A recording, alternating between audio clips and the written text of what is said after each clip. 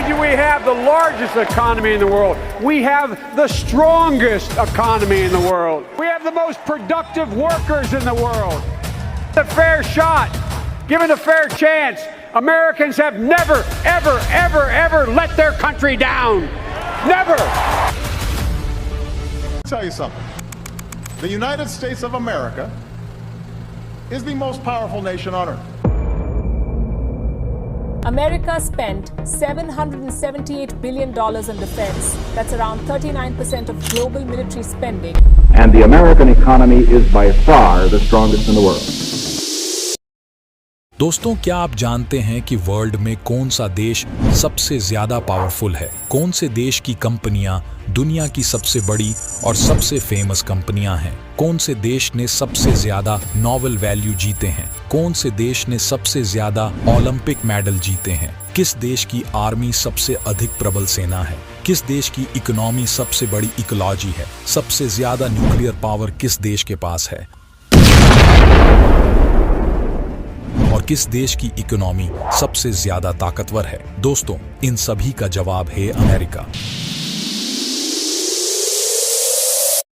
जी हां, अमेरिका आज super power देश है। दुनिया के हर छोटे से बड़े मसलों पर इसका दखल रहता है। अमेरिका में होने वाली हर घटना का असर दुनिया के अन्य देशों पर भी पड़ता है। अमेरिका का नाम ही एक विकसित और शक्तिशाली देश की कल्पना के रूप में उभर कर सामने आया है। दुनिया में कोई भी देश अमेरिका से दुश्मनी मोल नहीं लेना चाहता। अमेरिका आज लगभग हर क्षेत्र में बाकी देशों के लिए सबसे आगे है। लेकिन सवाल ये है कि ऐसा क्यों है? क्या अमेरिका हमेशा से ही इतना ताकतवर देश था या नहीं? क्यों आज यूएस डॉलर वर्ल्ड करेंसी है? आज आपको किसी भी देश से कुछ खरीदना है या बेचना है तो आपको यूएस डॉलर में ही ट्रांजैक्शन करना पड़ता है। और आने वाले समय में अमेरिका ही सुपर पावर देश बने रहेगा या फिर कोई और देश फ्यूचर में सुपर पावर बनेगा? आज की वीडियो में हम इसी के बारे में बात करेंगे। सन 1492 में क्रिस्टोफर कोलंबस, जो कि एक इटालियन रिसर्चर थे, वो भारत की खोज में निकले था। वो यूरोप के पश्चिमी तट से निकलकर एशिया के पूर्वी तट पर पहुंचना चाहता था। जब कोलंबस इस बीच के स्थलीय भाग पर पहुंच गया तो उसे यही लगा कि उसने भारत को खोजा है, लेकिन उसने पाया कि वहां रहने वाले लोगों का रंग भारतीयों जैसा नहीं है। इसलिए उसने इन निवासियों को रेड इंडियन कहा। सिर्फ इतना ही नहीं, कोलंबस को अपनी मौत तक ऐसा ही लगा कि उसने भारत की खोज की है। 1503 में एक अन्य समुद्री नाविक अमेरिगो वेपुची अमेरिका पहुंचा था और उसने पूरे यूरोप को बताया कि ये भारत नहीं बल्कि कोई और द्वीप है। लोगों ने उस सेलर के सम्मान में उसका नाम अमेरिका का नाम रख दिया। अमेरिका के पहले राष्ट्रपति जॉर्ज वॉशिंगटन बने। अमेरिका अब भी एक सामान्य देश ही था। गरीबी और लाचारी अभी भी अमेरिका में मौजूद थी, लेकिन आज़ादी के साथ ही अमेरिका में एक नए दौर की शुरुआत हो चुकी थी।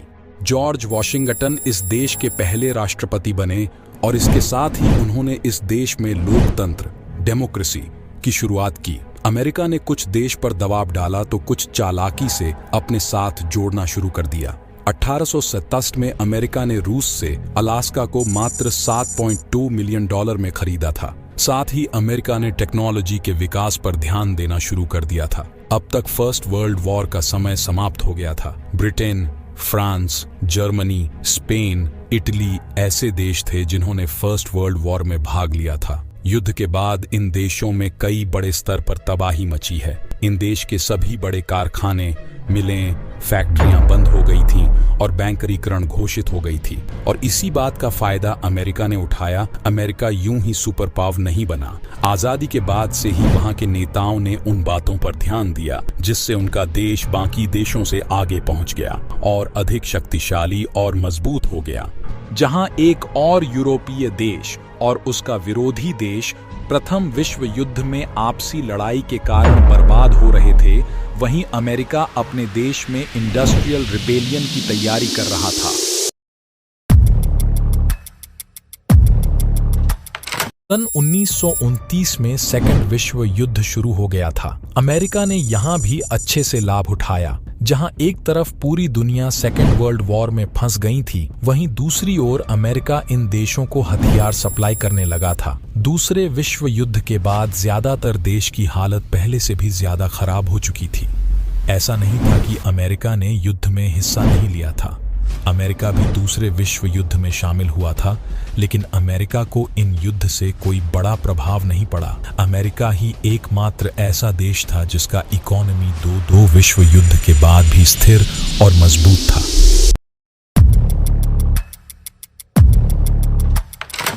दोस्तों, अमेरिका की करेंसी इंटरनेशनल करेंसी है जो दुनिया में सबसे ज्यादा ताकतवर है। दोस्तों, हम हमारे इंडियन करेंसी को लेकर दूसरे देशों के साथ ट्रेड नहीं कर सकते।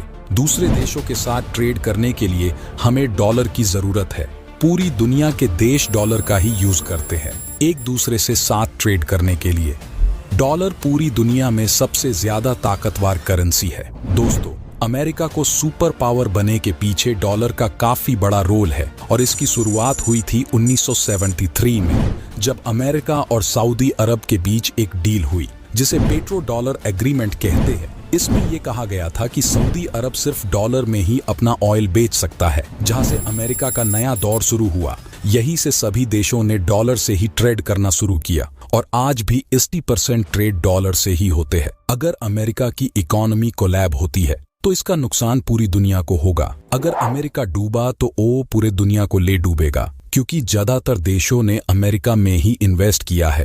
अमेरिका का शेयर मार्केट पूरे दुनिया में सबसे बड़ा है। पूरी दुनिया अमेरिका में ही इन्वेस्ट करते हैं। सभी बड़ी कंपनीज अमेरिका के ही है। अगर अमेरिका को कुछ भी होता है तो उसका नुकसान पूरी दुनिया को होगा।